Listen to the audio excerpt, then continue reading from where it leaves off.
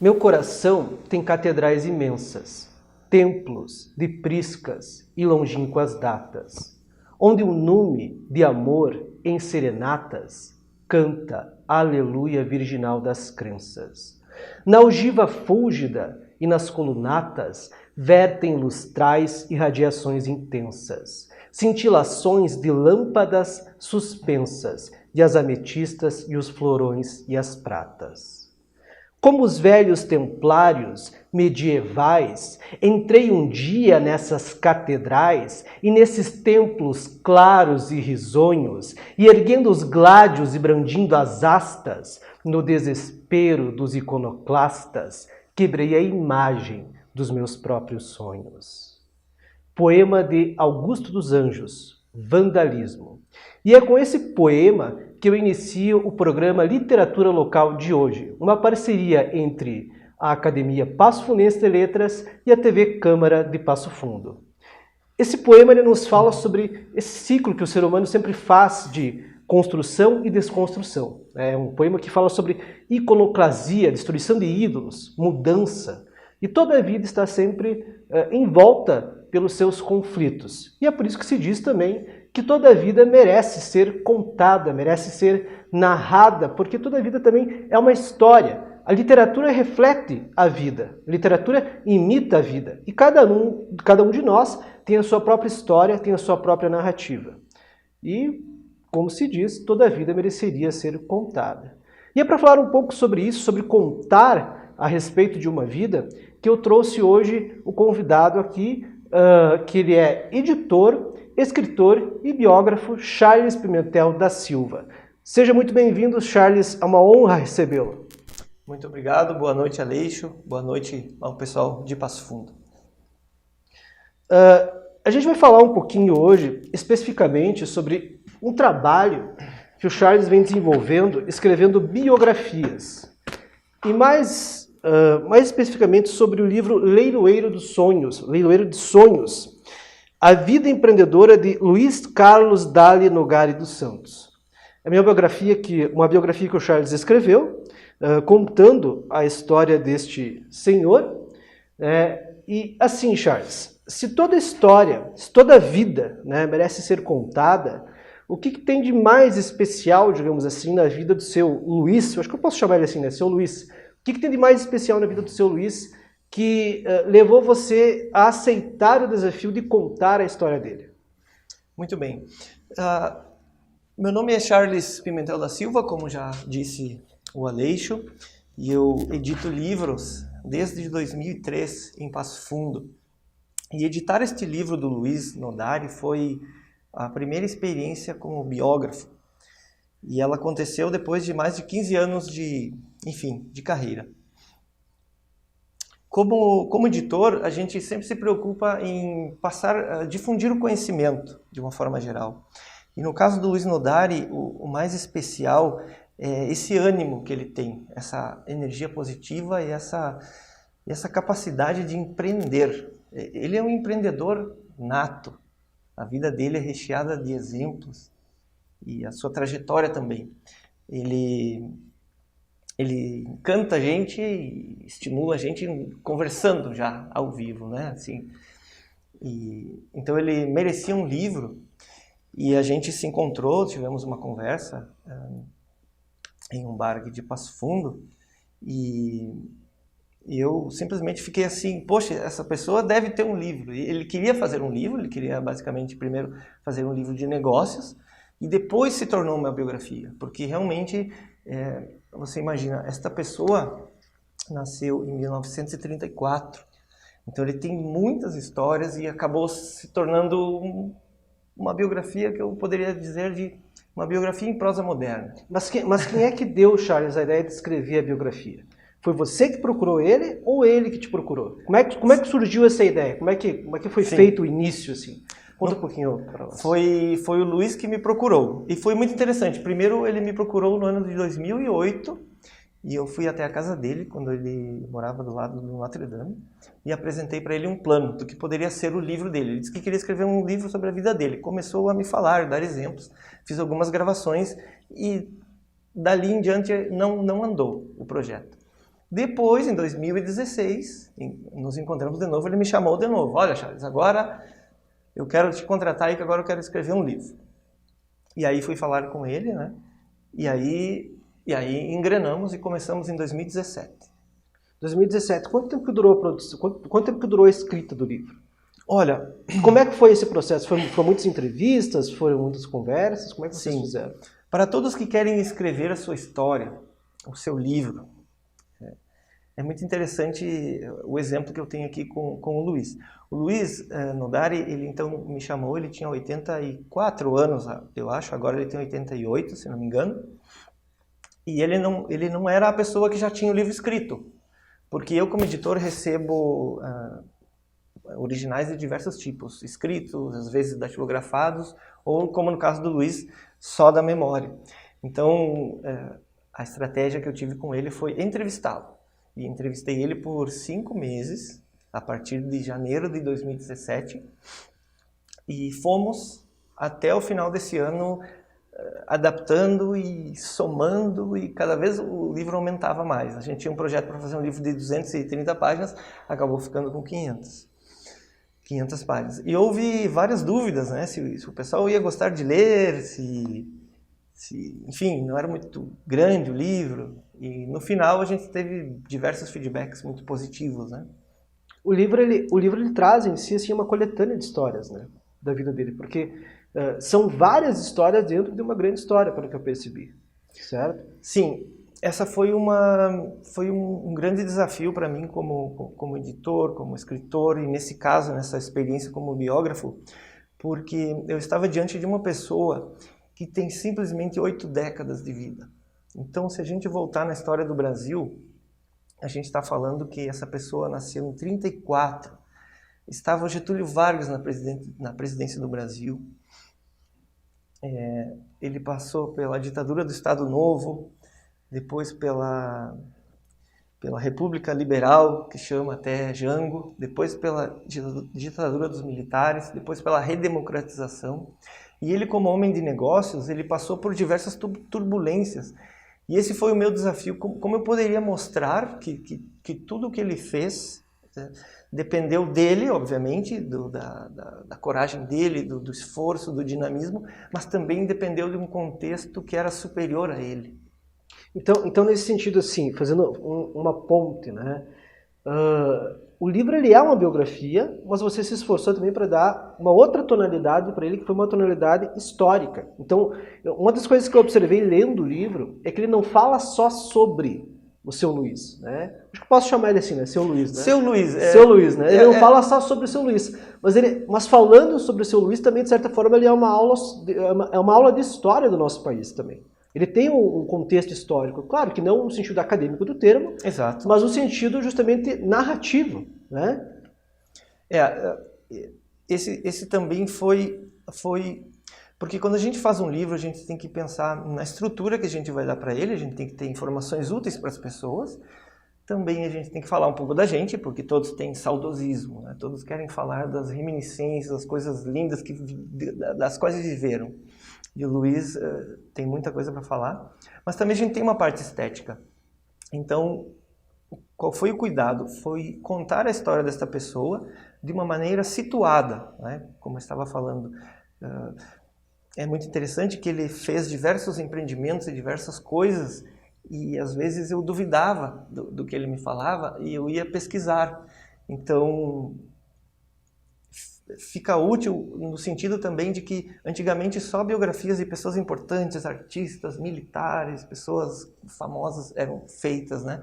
A gente também pode fazer biografias de pessoas que não têm essa exposição enorme na mídia, por exemplo. E o Luiz é um desses casos.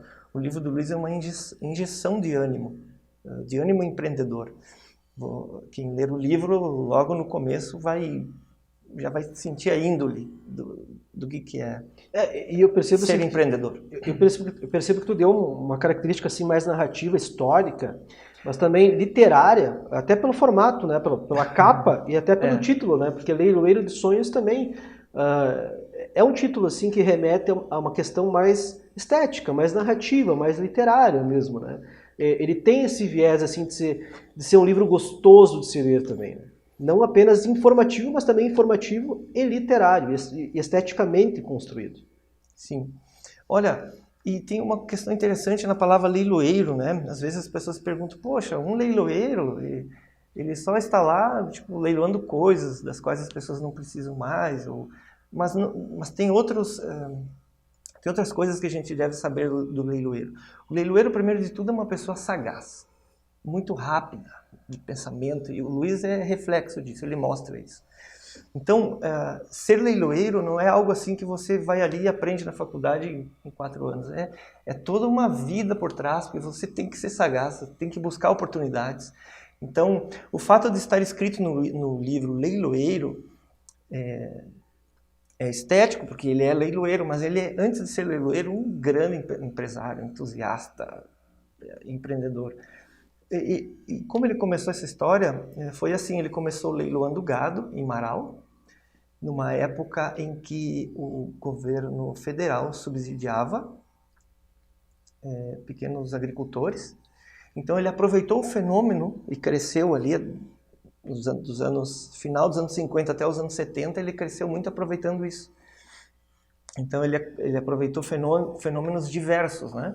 Por exemplo, se a gente pensar no desenvolvimentismo econômico brasileiro, né, que teve aceleração no período dos anos 70 e 80, 70, ele aproveitou todo aquele os investimentos que o governo estava fazendo,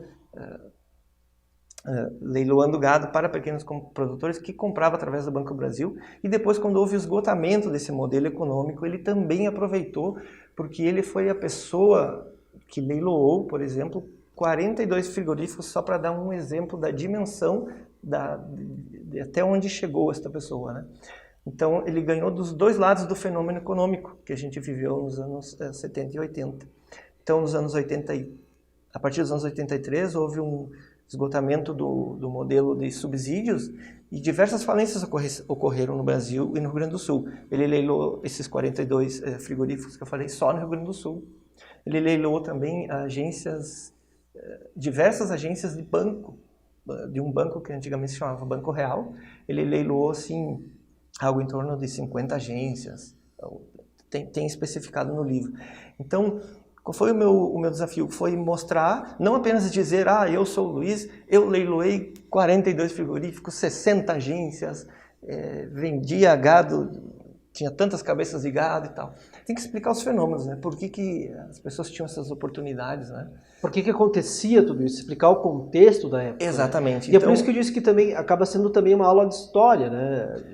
Por tabelinha acaba sendo uma aula de história. Não é o principal objetivo, mas a história do país vem junto, né? E assim, Charles, sobre essa questão que você falou das biografias ali, né? Que antigamente, para você fazer uma biografia, você tinha que ser um sujeito famoso. Então, uma biografia. E existe no mercado hoje um aumento pela procura de biografias? Não, eu percebo assim que existe um aumento pela procura de biografias, não só de pessoas famosas, né? Porque isso realmente explodiu o mercado nesse sentido. Hoje em dia, eu vejo assim pelos astros do rock, por exemplo. Né? Hoje em dia, quase todo astro do rock tem uma biografia. Não era tão comum isso nos anos 90, pelo que eu me lembro, pelo menos.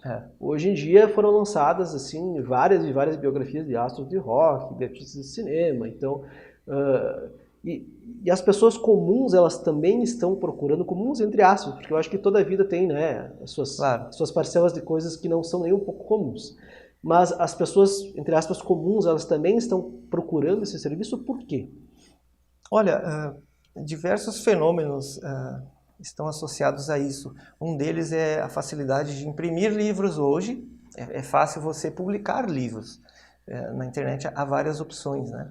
O meu diferencial, no caso, é que eu dou essa assessoria para contar uma história e situar ela nas épocas, né? E eu acho que isso é um dever dos que querem ser intelectuais de hoje em dia. Nossa geração nova, ela tem esse dever de investigar os mais velhos E o meu método é esse, a minha técnica é essa. Eu conto a história da pessoa, dou uma estética linda para aquela história, porque eu ajudo. No caso do Luiz também, teve vários momentos que ele narrou um fato, eu fui lá e ajudei aquele fato a ficar mais picante, mais... Inclusive eu dizia para ele que não era só... Para a gente escrever um livro, a gente não pode só falar assim da questão técnica, do fato em si, a gente tem que colocar pimentinhas, tem que fazer as pessoas sonharem. Mas essa pimentinha também. Não significa invenção, no caso, é pimentinha no sentido estético, né? De você conseguir... Pimentinha no sentido estético, e sempre há um espaço para a invenção que vai depender do autor, e às vezes o editor não tem como confirmar. Neste livro do Luiz, por exemplo, o livro tem 700 notas de rodapé e 400 referências bibliográficas. Então, foi muito pesquisado todas as décadas pelas quais ele viveu para dar para o leitor isso. Uma história de uma pessoa entusiasmante e contrastada com outros eventos que superaram ele, ou que, quem sabe, fizeram ele ser daquele jeito. Aí o leitor vai ter que supor algumas coisas. Fazer o seu julgamento, digamos assim. Né? Exatamente. Nós estamos encerrando o primeiro bloco. No segundo bloco, nós vamos falar um pouquinho mais sobre as histórias que o livro contém. Né? Então, aguardo você no segundo bloco, neste programa Literatura Local.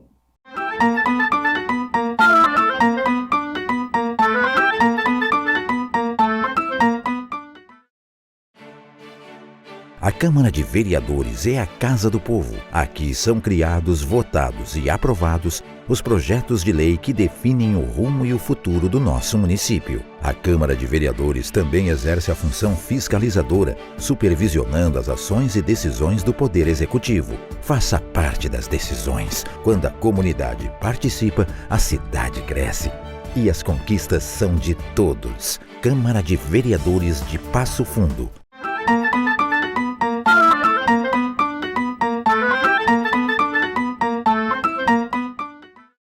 Olá, voltamos com o segundo bloco do programa Literatura Local e hoje eu estou entrevistando ele que é editor, escritor e biógrafo Charles Pimentel da Silva. E nós estamos falando sobre o trabalho de biografia, sobre a escrita da biografia do seu Luiz Carlos Dali Nogari dos Santos, que foi escrita, essa biografia foi escrita pelo Charles, a biografia chamada Leiloeiro de Sonhos. E é um livro assim repleto de histórias, né, Charles? Exatamente. Charles, você me disse antes que o seu Luiz, ele ajudou a fundar, foi um dos fundadores da primeira televisão de Passo Fundo, por exemplo. Exatamente.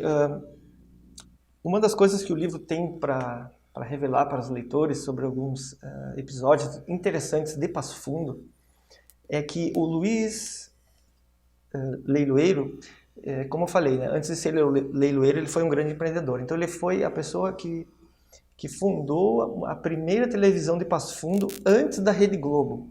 Porque a primeira televisão essa foi em 1963. A Rede Globo foi fundada em 1965. Só que com todas as suas devidas diferenças. A Rede Globo no Rio de Janeiro, com estrutura nacional, e ele como uma empresa que não tinha nenhum aparelho de televisão, tinha só a ideia das programações e de como iria ser. Inclusive, numa página aqui final do livro, onde tem a seção de anexos, tem várias fotos, e em uma delas o Luiz aparece ao lado do Maurício Sirotsky, que veio trabalhar em Passo Fundo e depois estava em Porto Alegre. Então o Luiz fez um acordo de programação com o próprio fundador da TV Gaúcha, creio que era o Maurício. Então, isso foi em 1963. Ele era empreendedor do tipo assim, ele mandava fazer material publicitário, estabelecia cotas de divulgação, de participação na empresa, e uma das estratégias dele foi convidar a que recém tinha sido Miss Universo, Ieda Vargas, para ser a garota propaganda da televisão. Estava tudo dando certo, até que aconteceu, enfim, a intervenção do regime militar no Brasil, em 1964, e alterou ali um pouco a dinâmica das coisas. Ele conta que os atos do presidente, de até uma certa época atrás, foram anulados. E tinha sido o Jango que tinha dado autorização para ele fazer a TV. Enfim, teve que ser feito um novo registro e por algum motivo lá ele não entrou na nova parceria, que daí instalou a TV Umbu, que teve como um dos fundadores o Paulo Giongo. Ele acabou perdendo o direito que ele já havia adquirido como presidente anterior de poder montar a empresa, né? A televisão enquanto uma empresa, é isso? Exato. Esses são assuntos delicados que eu sugiro ao leitor que investigue aqui no livro. O livro ele deve ser um trampolim. Tem diversos eventos aqui que são muito interessantes que o Luiz viveu e conta em primeira pessoa. E eu, da minha parte, conto o contexto histórico do que estava acontecendo naquela época. Por exemplo, o Luiz foi a pessoa que fez a primeira EFRICA em Passo Fundo. Primeira EFRICA? Nossa, então quer dizer... A primeira EFRICA em Passo Fundo foi em 1966. E eu, como bom investigador, eu perguntei para ele todos os porquês possíveis. Uma das coisas era o marasmo econômico que estava acontecendo na região. Então, ele teve uma ideia, junto com outros da ACISA, creio que era a Associação Comercial de Passo Fundo, não sei se tinha esse nome já naquela época, mas eles tiveram a ideia, então, de fazer uma promoção, de buscar em todas as empresas e que elas... produtos que elas tivessem que pudessem expor na cidade e enfim, estimular o comércio, tornar visível coisas que se estavam fazendo. O ano era 66, segundo ano do regime militar. Veja que interessante, o regime militar também promovia essas feiras, chamadas de sociabilidade e de boas práticas, enfim. Então, por várias conveniências, surgiu a primeira EFRICA. E foi super difícil a maneira com que ele teve que armar porque você tinha que entrar de acordo com comerciantes de Passo Fundo, com comerciantes de fora. Havia comerciantes de Passo Fundo, por exemplo, que não queriam que certas empresas viessem para Passo Fundo. Então foi toda uma tratativa, uma negociação. O Luiz também trouxe a Passo Fundo a primeira... Em um período que era delicado, né? Já era delicado para questões, né, políticas, de modo geral, né? Inclusive, Passo Fundo viu pela primeira vez a Esquadrilha da Fumaça por obra do Luiz. A forma com que ele conseguiu que a Esquadrilha da Fumaça viesse para Passo Fundo pela primeira vez é algo assim que envolve um pouco de abuso e um pouco de humor. E, enfim, eu vou deixar para que vocês descubram isso. É muito interessante.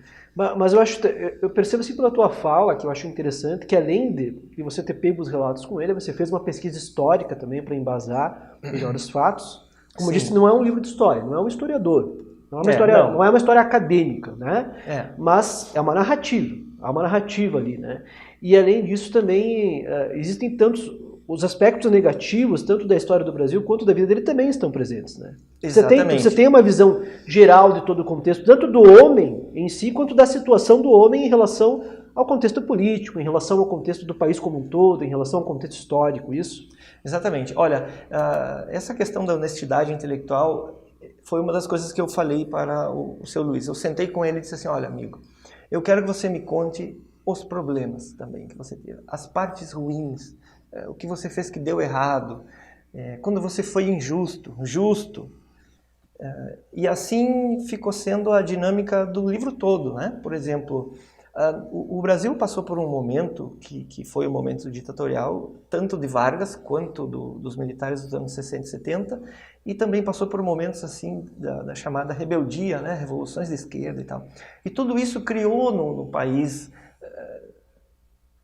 estigmas, formas de pensar e tudo mais. Então o país é marcado por isso, a gente não tem que esconder isso, nem mesmo os alemães têm que esconder. Quando você viaja para a Alemanha, você tem lá todos aqueles museus, enfim, daquelas coisas que aconteceram no passado.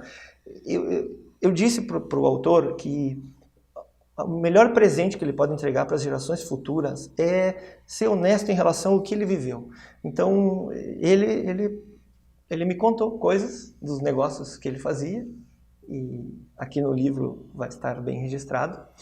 Só que teve até algumas coisas que a gente não pôde colocar, e algumas que a gente abusou, em termos de colocar, a gente teve que mudar o nome de algumas pessoas.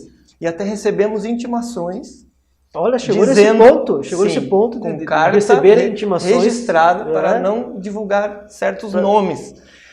E Então é isso, os jovens estão aí, eles precisam de uma visão para o futuro e é muito interessante como o passado ele pode falar do futuro, não de uma forma assim que ele vai se repetir tal qual, mas ele rima. Essa é uma grande sacada que os jovens têm que ser investigadores nesse ponto. Então, o livro traz desde revelações em termos do quão era difícil fazer coisas no passado. Imagina, inclusive eu dou a dica para você que é jovem, você que tem uma pessoa de mais idade do seu lado, pergunte para essa pessoa como eram as coisas no passado, como eram as coisas em termos de relações amorosas, negócios. Elas são fontes de conhecimentos assim, importantíssimos. Porque, como eu falei, o passado não é que se repete, mas ele rima. E é uma coisa interessante que o livro ele permite que você absorva esse passado através da vida de uma outra pessoa, mas que você se coloque no lugar dela, né? Que você sinta um pouco isso também, né? Você tem, porque na minha leitura do livro eu acho que eu senti um pouco isso, me colocando no lugar dele nessas épocas distintas que você citou. E o livro ele é legal, eu acho, o aspecto positivo para mim do livro foi justamente isso. Tem dois aspectos que me chamaram a atenção. O primeiro deles é justamente a maneira como a narrativa foi construída. Exato. Esteticamente construída, que dá um gosto, né? Dá um sal, dá um tempero, como você falou, para quem vai ler o livro. Eu não quero ler apenas informações e dados. Eu quero ler uma narrativa, eu quero ler histórias, né? Histórias nos cativam. Então o livro é uma coleção de pequenas histórias, né? Todas elas referentes ao mesmo homem, mas que também fazem uma ligação com o seu período, com o período histórico da época. E a segunda coisa que me chamou a atenção também foi essa responsabilidade que você chamou para ti também de, como você disse, tem quantas notas de rodapé? São 700 notas de rodapé que estendem explicações que estão no livro normal. Então o livro poderia ser dito assim, que ele é 2 livros. Um é assim e o outro é assim, onde está escorado o que está sendo dito aqui. E as notas são informações relativas, explicações do período, explicações sobre as questões. Exatamente. E tudo mais, são pesquisas, são ampliações de assuntos ditos aqui e depois tem mais as referências bibliográficas, que foram as fontes onde foi encontrado tal informação. E como eu falo aqui no pós-fácil do livro, foi muito interessante porque para entender o contexto histórico da época, eu tive que pesquisar até no site do governo dos Estados Unidos para entender em que momento eles decidiram aumentar a inflação. Porque a economia tem diversos mecanismos interessantes. Quando você aumenta de um lado, causa diversos efeitos no outro lado, né? Então, sendo os Estados Unidos o centro do sistema econômico mundial e o Brasil estando na periferia, o que acontece lá reflete aqui. Então, essa é a parte legal de você ler a história de alguém, mas foi tido um cuidado também para não incorrer no pedantismo. Por exemplo, quem quiser também escrever seu livro aí no futuro, já lembre disso. Não é legal a gente ler um livro onde você diz que eu fiz isso, eu fiz aquilo, eu sou responsável por isso. Olha, nós que temos um pouco de formação em ciências humanas, a gente sabe que quando há mais de uma pessoa, já é um grupo, já é uma sociedade. Então a gente não faz nada sozinho. Então foi isso que foi legal. O Luiz cita exemplos de pessoas que estiveram do lado dele. Ele cita exemplos, por exemplo, do empresário da Grandene, para quem o Luiz leiloou uma fábrica e foi onde esse empresário da Grandene nos anos 70, quando recém estava sendo feitos produtos de plástico, que era uma novidade, né? Se chamava matéria plástica. Então, o Luiz leiloou para ele, então o Luiz conta a história também da Grandene, assim como o Luiz conta a história de outros. E isso eu dizia para ele, me conta quais eram as pessoas nas quais você se inspirava. Então, o livro não é só um livro dele, é um livro da história dele, da história de outros e da história também do próprio Brasil, é a história de um povo. O Luiz é uma pessoa que é um empreendedor do sul do Brasil, uma das partes mais desenvolvidas do país. Então, é um livro com várias camadas, né? Tem várias camadas ali. São várias camadas. Tem também a questão, olha só que interessante, tem a questão religiosa, né? O Luiz é uma pessoa que, quando jovem, começou a gostar do espiritismo, né? E sua família católica não gostou, não permitia, houve conflitos, né? E é muito interessante da carreira dele, Ele diz assim que as pessoas em algum momento da vida vão ter que decidir encarar a vida, montar nela e galopar com ela em busca dos seus sonhos. Então é nesse sentido que eu acho que essa pessoa, um personagem histórico, não importando se ele não tem grande exposição na mídia, ele é uma pessoa interessante de ser lida. Imagine que ele nasceu em Rio Grande, 1934, aos 19 anos foi para Porto Alegre, passou 2 anos aí, e nessa época, minha gente, anos 50, o fenômeno era migração do interior para as capitais, não das capitais para o interior. E o que ele decidiu? Ele decidiu mudar-se para Marau, no Rio Grande do Sul. Claro que não foi à toa. Ele tinha uma dica de uma pessoa bem conhecida em Passo Fundo, do prefeito que foi depois prefeito Benoni Rosado, que disse para ele: olha, Marau vai se emancipar em 1955. Diversas empresas vão precisar fazer novamente os seus livros de registro e cartões de agricultor e todos esses documentos necessários para um novo município. Você não quer vir trabalhar aqui e ganhar o que você ganha por mês lá, ganhar aqui por dia? Então, isso abriu os olhos desse rapaz, ele não pensou 2 vezes, desse rapaz Luiz, não. E ele mudou-se para Marau e começou a empreender ali, o que ele chama de... Ali foi o começo da vida econômica dele, e ele explica então como construir uma vida econômica, né? Hoje em dia muitas pessoas às vezes têm descrença, se vão se dar bem economicamente. Olha, ele diz uma coisa aqui que hoje, tal como no passado, tudo está por se fazer, né? Se no passado às vezes faltavam máquinas, faltavam equipamentos, hoje também, hoje é só uma questão de olhar para as necessidades das pessoas e ver o que mais pode ser criado e empreender em cima daquilo. E o espírito, a índole, ele tem. Isso ele passa para as pessoas. Eu acho que sim, né? Sempre se está em busca de inovação. Eu estava...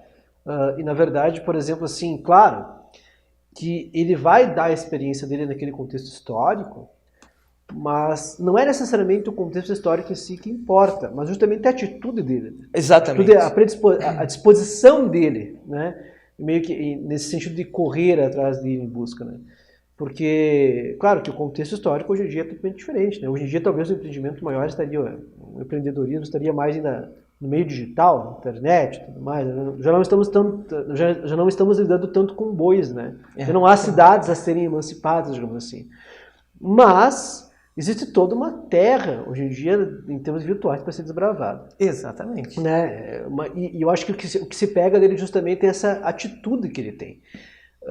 Para a gente encerrar a entrevista, eu queria que você contasse rapidinho aquela história sobre as cobranças.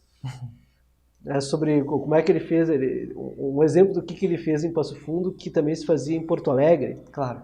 Uma das coisas que diferenciava o Luiz Carlos Dali Nogueira dos Santos é que ele viajava. Então, indo a Porto Alegre, ele viu na rua lá uma pessoa toda de vermelho, com um traje de um soldado imperial, todo de vermelho, com cap, com talabarte, com aqueles adereços nos ombros, e ele perguntou o que essa pessoa estava fazendo assim na rua, afinal não era carnaval, não era nada. E a pessoa disse que era um cobrador de contas. Some-se isso ao fato de que nos anos 60, Passo Fundo, por exemplo, tinha uma pecha que era chamada Terra de Calaveiras. Então, muitas pessoas não pagavam suas contas. E o Luiz, vendo aquela pessoa, já teve a ideia de trazer aquilo para Passo Fundo, inaugurou em Passo Fundo, e uma das contas uma das lojas que ele ajudou a recuperar as contas foi a loja Bacalchuk, aqui de Passo Fundo.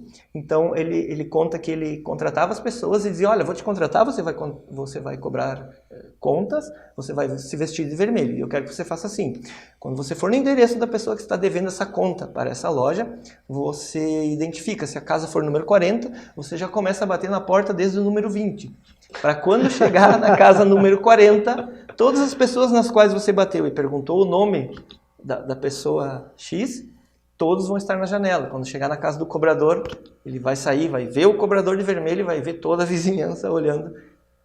E foram coisas assim Claro que era no contexto da época. No né? contexto da época. Engraçado, Hoje fazer hoje isso, jamais faríamos isso, daria até processo. levaria Mas, um na grande época, processo. Né, era o contexto da época, o histórico. Né? Daí Então- que tem a questão de você não omitir isso, né? Exatamente. Ficar saber, é uma coisa que eu não imaginava, por exemplo.